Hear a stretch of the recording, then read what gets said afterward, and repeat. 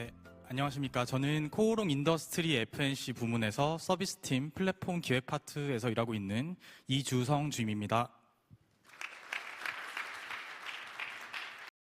굉장히 괴리감이 크지 않습니까? 네. 그 신입사원으로 입사한 이후에 이제 저만의 좀 개성을 나름대로 표현하기 위해서 머리를 계속 길러왔는데, 네. 그래서 F&C 분들께서는 조금 익숙하시겠지만 여기 계신 많은 분들께서 조금 당황하실 수도 있을 것 같습니다. 제가 혹시 대학 때 어느 전공을 했었는지 맞추실 수 있는 분이 계실지 모르겠습니다. 저는 제가 지금까지 살면서 한 번도 제 전공을 단번에 맞추시는 분을 만난 적이 없는데요. 저는 행정학을 전공을 했습니다. 그리고 행정고시도 2년 동안 응시를 했다가 실패를 했고요. 근데 그런 사람이 어떻게 지금 플랫폼 기획 파트까지 오게 되었는지, 그리고 앞으로 어떻게 나아갈 것인지에 대해서 오늘 말씀을 드리려고 합니다. 본격적인 발표에 앞서서 저희 서비스팀 플랫폼 기획 파트의 업무에 대해서 잠깐 소개를 해드리려고 합니다. 네, 저희 플랫폼 기획 파트의 업무를 가장 잘 드러내고 있는 것이 바로 이 코오롱몰입니다. 플랫폼 기획 파트에서는 데이터와 어떤 고객들에 대한 분석을 바탕으로 해서 UI 기획, 그리고 UX, 기타 서비스 기획안을 작성을 하고요. 이 작성된 기획안을 바탕으로 해서 플랫폼 디자인 파트에서 실제 화면을 구체화하는 작업을 진행하고 있습니다. 그리고 이렇게 구성된 화면들이 모여서 코오롱몰을 완성을 하게 되고요. 이것이 저희 서비스 팀의 핵심 업무 중에 하나라고 말씀을 드릴 수 있을 것 같습니다. 네, 처음 성공 퍼즐 세션의 발표자로 선정이 되었을 때 기분이 굉장히 좋았습니다. 신입사원에게 주어질 수 있는 어떤 특별한 기회라고 생각을 했는데요. 막상 성공할 수밖에 없는 이유라는 주제를 전달을 받았을 때는 그 기쁨이 굉장한 부담감으로 바뀌었습니다. 신입사원에게 성공이라는 말이 굉장히 가혹하게 느껴졌는데요. 그 답답한 마음에 사전에 한번 성공이라는 말을 찾아봤더니 이렇게 두 가지 의미를 가지고 있었습니다. 성공 퍼즐 세션에서는 두 번째 의미에 해당하는 사례들을 지금까지 공유를 해왔다고 생각을 하는데요. 저는 오늘 신입사원으로서 첫 번째 성공의 의미에 대한 이야기를 조금 해볼까 합니다. 8월 말쯤으로 기억을 합니다. 회사 바깥에서 퇴근길에 우연히 들었던 창업가의 브랜딩이라는 책에 대한 토크 콘서트였습니다. 평소에 저는 브랜딩에 굉장히 관심이 많아서 피곤한 몸을 이끌고 토크 콘서트를 듣고 있던 와중에 질문을 하면 책을 공짜로 주신다는 거예요. 그래서 손을 들고 이런 질문을 했습니다. 저는 평소에 브랜딩에 관심이 많고 사람들 하나하나가 각자 브랜드로서 살아간다고 생각을 하는데, 그럼 저는 저를 어떻게 브랜딩할지가 고민입니다. 그래서 두 분께서는 스스로를 어떻게 브랜딩을 하시나요? 라는 질문을 했더니 오히려 반대로 저한테 물어보시더라고요. 그러면 질문하신 분은 어떤 분이시죠? 라는 질문을 받았는데 순간 대답할 말이 떠오르질 않는 겁니다.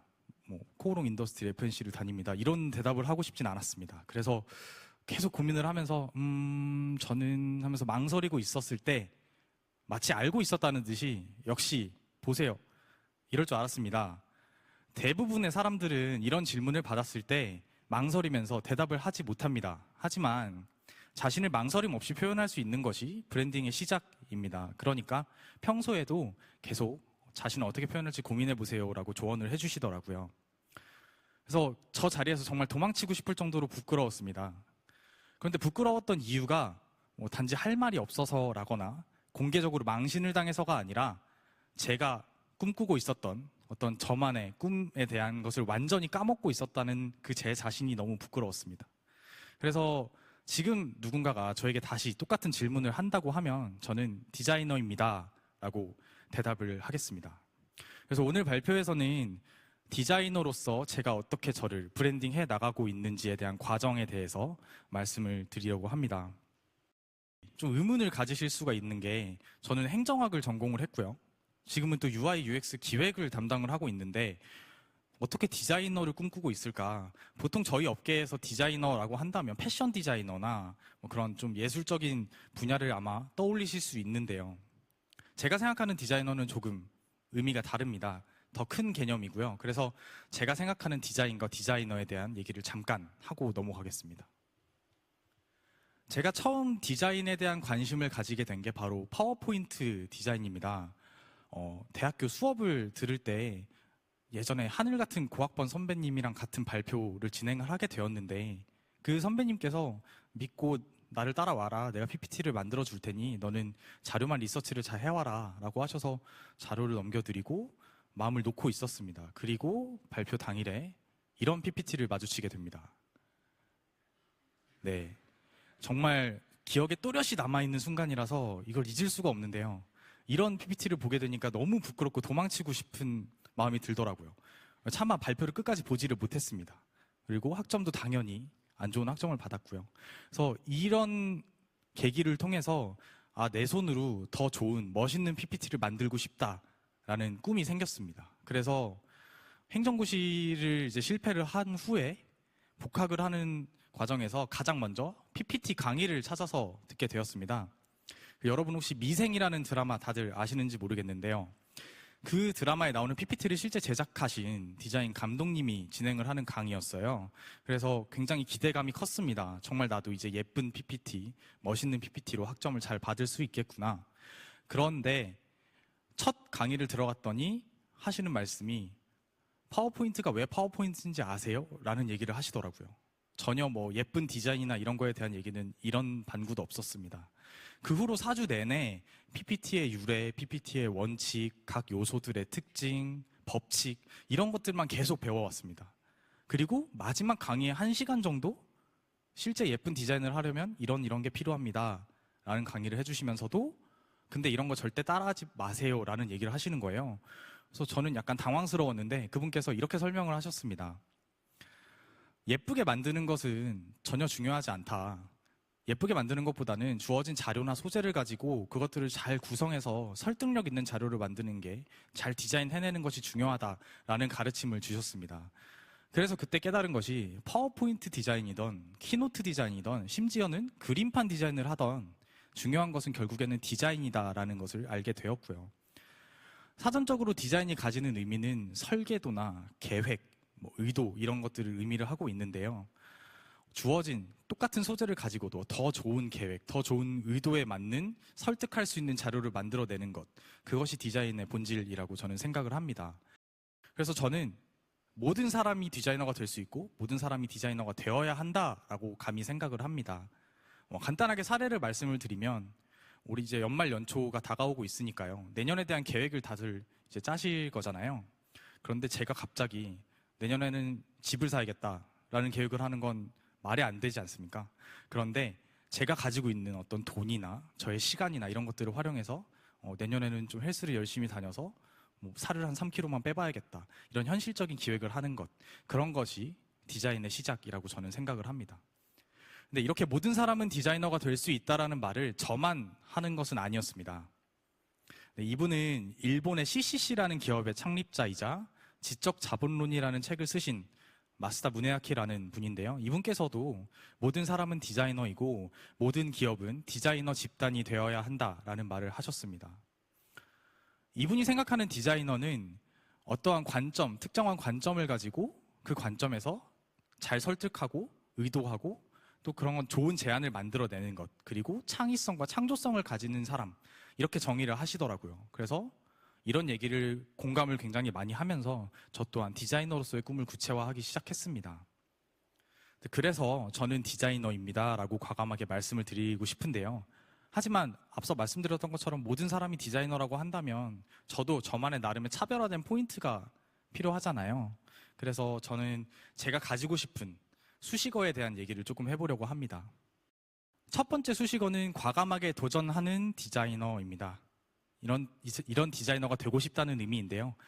제가 행정고시가 끝나고 가장 먼저 도전해봤던 분야가 바로 패션 모델이었습니다. 정말 나름 진지하게 준비했었습니다. 5개월 정도 밤을 새가면서 연습을 한 적도 있었고 패션쇼를 기획하면서 합숙을 하고 이런 적도 있었는데 막상 결국에는 실패했습니다. 근데 그 실패한 이유가 타고난 것을 따라갈 수는 없더라고요. 저보다 키가 크고 비율이 좋고 개성 있는 외모를 가지고 잘생기고 예쁜 그런 분들을 제가 아무리 노력을 해도 따라잡을 수가 없었습니다. 그래서 데뷔는커녕 바로 실패를 하고 그만두게 되었는데 막상 패션 모델을 했을 때는 별로 그렇게 좌절감이 없었습니다. 그런데 행정고시를 했었을 때는 굉장히 좌절감이 컸었거든요. 가장 좌절감이 컸었던 부분이 저는 행정학을 전공을 했는데 2번의 2차 시험 내내 8.16점 받았습니다. 50점 만점에 8.16점을 받았어요. 그래서 정말 약간 자괴감이 들었습니다. 내가 그래도 공부를 해왔는데 어떻게 이렇게 점수가 안 나올 수 있나? 그런데 오히려 패션 모델을 실패함으로써 배울 수 있는 것이 굉장히 많았습니다. 패션 모델은 단순히 옷을 잘 입는 그런 직업이 아니고 대중 앞에서 나를 자신 있게 드러내고 표현할 수 있는 방법을 배우는 직업입니다. 그래서 저 또한 그런 방법들을, 그런 태도들을 몸으로 익힐 수가 있었습니다. 그리고 그 외에도 얻은 것들이 많습니다. 예를 들면 이런 화보 촬영을 통해서 스타일링 이런 것도 해보고요. 이런 인생샷을 좀 남겨보기도 했고요. 지금보다 한 10kg 정도는 말랐을 때입니다. 그리고 제 버킷리스트 중에 하나였던 패션위크 가서 사진 찍히기도 결국에는 패션 모델을 통해서 이루어낼 수 있었다고 생각을 합니다. 앞서 말씀드렸듯이 대중 앞에서 나를 드러내는 방법에 대한 것들을 배우다 보니 학교에서 발표를 많이 하기도 했고 그 이후에 이렇게 신입연수원에서 행사 진행을 담당을 하기도 하고요. 지금 사내에서도 본부 회의나 이런 것들의 진행을 담당하고 있습니다. 그래서 비록 패션 모델에는 실패를 했지만 그 실패한 이후에 얻은 자신감을 바탕으로 정말 다양한 분야에 많이 도전을 했습니다. 사진을 배우기도 하고 패션 디자인을 해보고 스타일리스트로 일을 해보고 인턴도 해보고 정말 많은 일을 했고요. 불과 2년 안에 이런 것들을 다 정말 몸을 혹사시켜가면서 경험을 했습니다. 두 번째로는 저는 기본에 충실한 디자이너가 되고 싶습니다. 앞서 말씀드렸던 것처럼 인턴십을 통해서 회사 생활의 기본을 조금 많이 배울 수 있었는데요. 영업 및 바잉 MD로 인턴을 하는 와중에 제가 생각하는 신입사원으로서의 기본기 3가지를 배울 수 있었습니다. 첫 번째는 폴더링을 하는 것인데요. 저에게 주어진 자료들을 잘 폴더링을 해서 그때그때 필요한 자료들을 찾아내고 전달할 수 있는 그런 것들, 이 신입사원에게 필요한 덕목이라고 생각을 해서 영업 MD로서 일을 하면서 이렇게 일간 업무, 주간 업무, 월간 업무 이런 식으로 구분을 해놓는 습관을 들였습니다. 그런데 UI, UX 플랫폼 기획팀에 오니까 이런 것들이 전혀 쓸모가 없더라고요. 저희는 프로젝트 단위로 일이 진행이 되기 때문에 일간 업무, 주간 업무 이런 개념이 적용이 되질 않습니다. 그래서 이렇게 장기 프로젝트와 단기 프로젝트, 또 버그 리포트 이런 식으로 나름의 변형을 통해서 새롭게 적용을 할 수 있었고요. 두 번째는 신입사원에게 가장 중요하다고 할 수 있는 꼼꼼한 메모 습관입니다.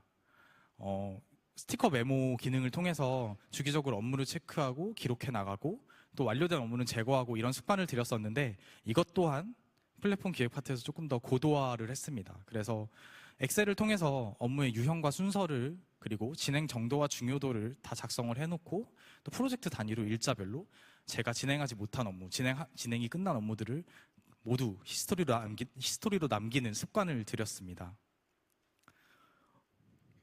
세 번째로는 커뮤니케이션 능력인데요. 사실 모든 업무, 모든 직무에서 중요하다고 할 수 있는 것이 커뮤니케이션 능력입니다. 영업 MD 일을 할 때는 사실 패션 용어에 익숙한 부분이 많아서 이런 부분에서는 큰 어려움을 겪지 못했는데요. 플랫폼 기획 파트에서는 IT 용어를 주로 사용을 하다 보니 제가 모르는 용어가 너무 많았습니다. 마치 이렇게 외계어가 들리는 것처럼 정말 이해를 못하는 게 너무 많았습니다. 한 가지 사례를 조금 말씀을 드리자면 제가 최근에 담당하고 있는 업무 중에 하나가 외부 업체의 IT 솔루션을 계약을 진행을 하는 건이 있었는데요. 그 계약 진행권 중에 정보 보안 업무에 대한 협의가 필요했습니다. 그런데 보안 용어들에 대해서 제가 아무것도 모르는 상황이어서 정말 닥치는 대로 찾아서 읽었습니다. 기사던 논문, 자료, 여러 가지 보고서 막 읽으니까 이제 조금 눈에 띄더라고요. 그래서 정보보안 과장님이 말하는 걸 전달하고 그쪽 업체 입장을 전달하고 이런 행위를 반복을 했는데 이것도 안 되겠더라고요. 단순한 정보 전달만 계속 하니까 제가 너무 사이에서 힘든 겁니다. 그리고 그분들도 굉장히 의사소통이 답답하게 느껴졌을 것 같습니다. 그래서 더 공부하고 더 자료를 찾아서 읽으면서 노력을 했습니다. 그리고 결국에는 어떤 사항을 전달을 하고 그거에 대한 답변을 받았을 때 제 나름의 의견을 전달할 수 있는 수준까지 올라올 수가 있었고 그것을 통해서 굉장히 효율적으로 작업이 진행이 되었습니다. 이런 경험을 통해서 앞으로 공통의 언어에 대한 이해도를 높이고 또 공감대를 형성을 해서 자발적인 되묻기를 통해서 프로세스를 효율화할 수 있는 그런 디자이너가 되고 싶습니다. 마지막으로 저는 매력적인 디자이너가 되고 싶습니다. 이분이 누군지 혹시 다들 아시나요? 네, 다음소프트의 송기령 부사장님인데 이분이 가지고 있는 트레이드마크 하면 다들 떠오르시는 게 긴 머리입니다. 근데 이분께 머리를 왜 기르기 시작했냐라고 물어봤더니 남들과 달라 보이고 싶었다라는 말씀을 하셨습니다. 저도 머리를 기른 것이 이것과 굉장히 비슷한 의도이기도 합니다. 근데 여기에 더해서 조금 더 저만의 매력을 가지기 위해서 제가 올해 세웠던 목표가 한 가지 있습니다. 보시면 이게 이제 목표의 기준선이고요. 이 아래에 빨간 그래프가 목표를 달성한 정도입니다. 아쉽게도 완벽하게 목표를 달성하지는 못했는데 이 목표가 무엇이었냐면 저축하지 않기였습니다. 사실 저축하지 않기가 도대체 무슨 목표냐라고 하실 수도 있는데요. 돈을 막 쓰는 거랑 제가 돈을 다 써야겠다고 생각을 하고 그 돈의 쓰임새를 찾으면서 돈을 쓰는 거는 굉장히 다르다는 것을 이번에 느낄 수가 있었습니다. 제가 취업을 하기 전에는 관심사가 패션에 굉장히 국한되었습니다. 그래서 제가 소비를 하는 것이 주로 옷이나 아니면 뭐 술을 마시거나 맛있는 것을 먹거나 이런 식으로 국한이 되어 있었다면 취업을 하고 이런 목표가 생기면서 제가 평소에 관심이 많았으나 해보지 못했던 인테리어에 관한 것들을 경험을 쌓고 또 새로운 취미 생활들, 뭐 커피 클래스라든지 이런 다양한 클래스를 들으면서 취미 생활을 만들어 나가고 그렇다 보니까 옷의 비중이 자연스럽게 줄어들게 되더라고요. 그래서 다양한 관심사를 보고 느끼고 배울 수가 있었습니다. 그래서 이 저축하지 않기라는 목표를 통해서 저는 다양한 이야기거리를 만들고 싶다라는 말씀을 드리고 싶습니다.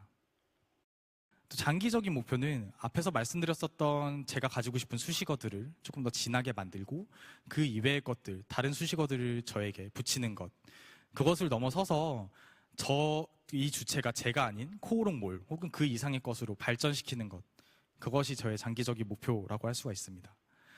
그리고 이런 목표 달성을 통해서 저는 디자이너로 인정을 받고 싶고 디자이너 이주성으로 기억이 되고 싶습니다.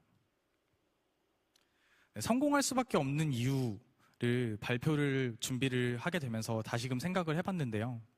앞서 말씀드렸듯이 장기적인 목표를 가지고 제 스스로를 끝없이 동기부여를 해나가는 것이 조금이나마 성공에 다가갈 수 있는 이유가 되지 않을까라고 생각을 합니다. 그래서 앞서 말씀드렸던 성공의 두 가지 의미 중에서 지금은 제가 첫 번째 의미의 성공을 계속 이루어 나가고 있겠지만 이것들이 모여서 두 번째 의미의 성공을 언젠가는 만들어낼 수 있지 않을까라고 생각을 하고요. 네, 코오롱 가족 여러분들께서도 작은 성공들을 모아서 큰 성공을 만드는 그런 2018년을 마무리하시는 한 해가 되었으면 좋겠고 또 2019년에도 그렇게 성공을 만드셔서 그 성공이 모여서 코오롱의 성공이 될 수 있는 한 해가 되었으면 좋겠습니다. 감사합니다.